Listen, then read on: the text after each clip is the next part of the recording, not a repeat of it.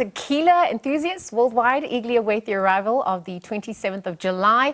It's to celebrate World Tequila Day. Its deep-rooted connection to Mexican culture is undeniable, whilst also exploring the rich heritage and the craftsmanship behind this beloved beverage. So to share a little bit more interesting facts that you should be knowing about tequila at this point, the way it's made, we're going to be joined here in studio by Theo Zulu, the Senior Brand Manager for Don Julio and Casamigos, Southwest Central Africa. Theo, good morning on that note. Thanks for joining us at this hour. Good morning, thank you. I mean, I dare start by saying Happy World Tequila Day. I know that the origins and the story behind that is deeply rooted to Mexican culture, but I also know that there was a shortage for the past 2 years. Climate change had something to do with it. Talk us about the origin story and how that shortage would have come about at this point. So I think firstly, just to correct on World Tequila Day, so it's actually on the 24th of July every year, but we are doing a celebration today, which is the 27th, because we wanted people to be able to come out and enjoy it with us. So in terms of tequila and how it's made, I'll start there. Sure. I think it's one of the most interesting processes. It's very fascinating. So tequila comes from a place called Jalisco in Mexico, where they basically essentially grow these agave plants, and then they pull the agave out of the ground, and then they chop the leaves off, and then they transport it to a distillery. And these agaves are actually quite heavy, which is very fascinating. And then they cut them up, and then they cook them. And then once they cook, they give off a very nice, beautiful, tasty nectar. And then that nectar is extracted and then fermented. You get silver and you get gold. So what would the distinction be? Talk to us also about the age and the distillery process at large. 100%. So in the world of Don Julio, we have Blanco, which is essentially tequila that's fermented and then bottled straight away, which is perfect for mixing. And then we have Reposado, which is aged for a minimum of 3 months.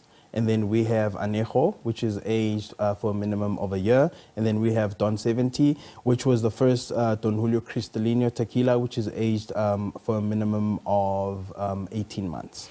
So the different aging processes gives it a different flavor and texture. I know that they also speak about the calories associated and how it might be the best one. Talk us a little bit more about that. So that's actually one of my favorite things about the liquid. So tequila is actually 0 calories and 0 fat. So which actually helps for people like me who like to watch their weight and look at what they're consuming. Okay, so I know that size also matters because you've got different I guess shot glasses. You've got your tumblers, which I know traditionally in Mexico, they would literally drink the entire glass on its own. But what's the best way to consume it as well? You've got a tequila sunrise. We were asking why it's not here this morning. You said it was too early. So I think that's why I was saying it's unfortunate the interview was too early. I could be mixing a margarita for you right now. Wow. But traditionally, so how tequila is consumed, I think when we didn't know better. It was essentially shot culture. But tequila is such a versatile liquid. And a lot of my favorite cocktails are actually tequila cocktails. You have your tequila sunrise, you have your margarita, your palomas. Tequilas, cocktails like that are made from tequila. So essentially, it's your shot serves and then your cocktail serves, but also the simple serves that you can make at home quickly, like Don Julio Blanco and orange juice, Don Julio Reposado and tonic with a wedge of lime. So simple serves like that are enjoyable. My favorite one is Don Julio Anejo, and I sip it neat, like a whiskey. Wow. Yeah. It's like a true Mexican as well. Exactly. I wonder even culinary-wise how you can incorporate into some of the dishes. Because I know people cook with wine. And so, I mean, is tequila part of the recipe for some of the foods out there? What does that mean? Exactly. Like the human race has been exploring a lot with tequila. Is that post-COVID? So, and I think like even if you Google and you just look for tequila recipes, you'll see like so many things pop up. But one of my favorite things is tequila, lime, and seafood, with shrimp or prawns. It goes very well with seafood. That's my favorite one. But I've seen a lot of renditions. I've seen tequila infused fruit. I've seen a tequila burger. I've seen a lot of renditions. So there's a lot you can do with the liquid. I also look at the value chain at large because obviously there's the business of, this process as well. Yeah. What would its contribution be for South Africa, but even the world over, just in terms of consumption and usage? So in terms of just the value chain, I think more importantly, because obviously we don't necessarily have the agave plants as they have in Mexico, so a lot of the production would make sense to happen there.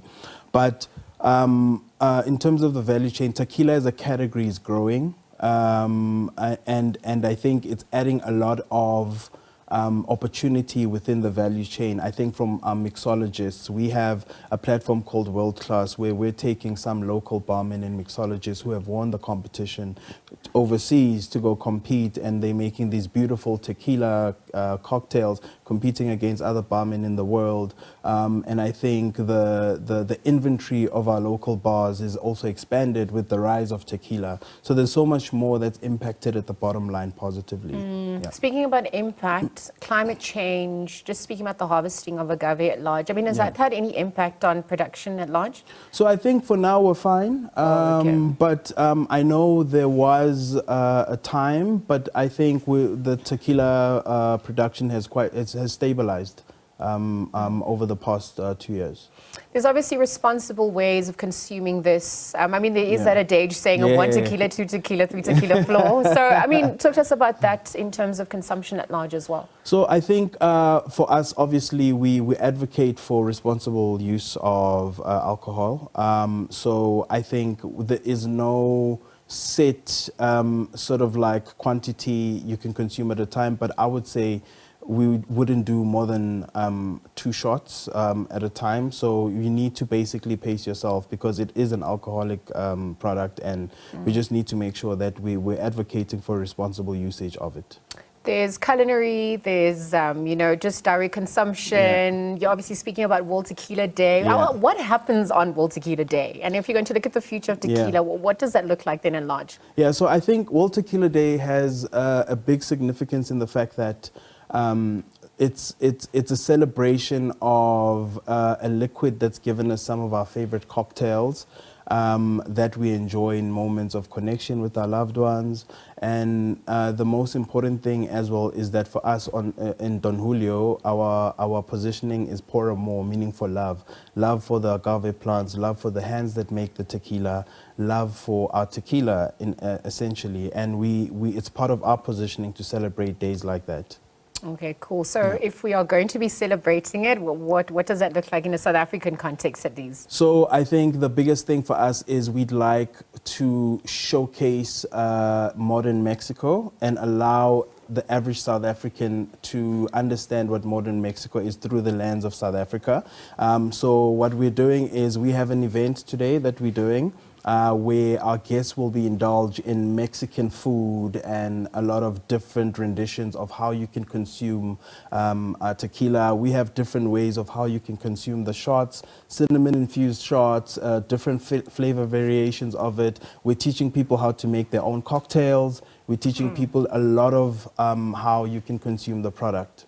All right, Theo, thank you so much for joining us at this hour, for speaking about the initiative. World Tequila Day, you said it's on the 24th of July, but obviously celebrating today on the 27th. Yes, so 100%. as we leave that conversation, they're celebrating World Tequila Day, exploring the fascinating process about the drink and really how it can be enjoyed. We're in conversation with Theo Zulu, Senior Brand Manager for Don Julio and Casamigos, Southwest Central Africa.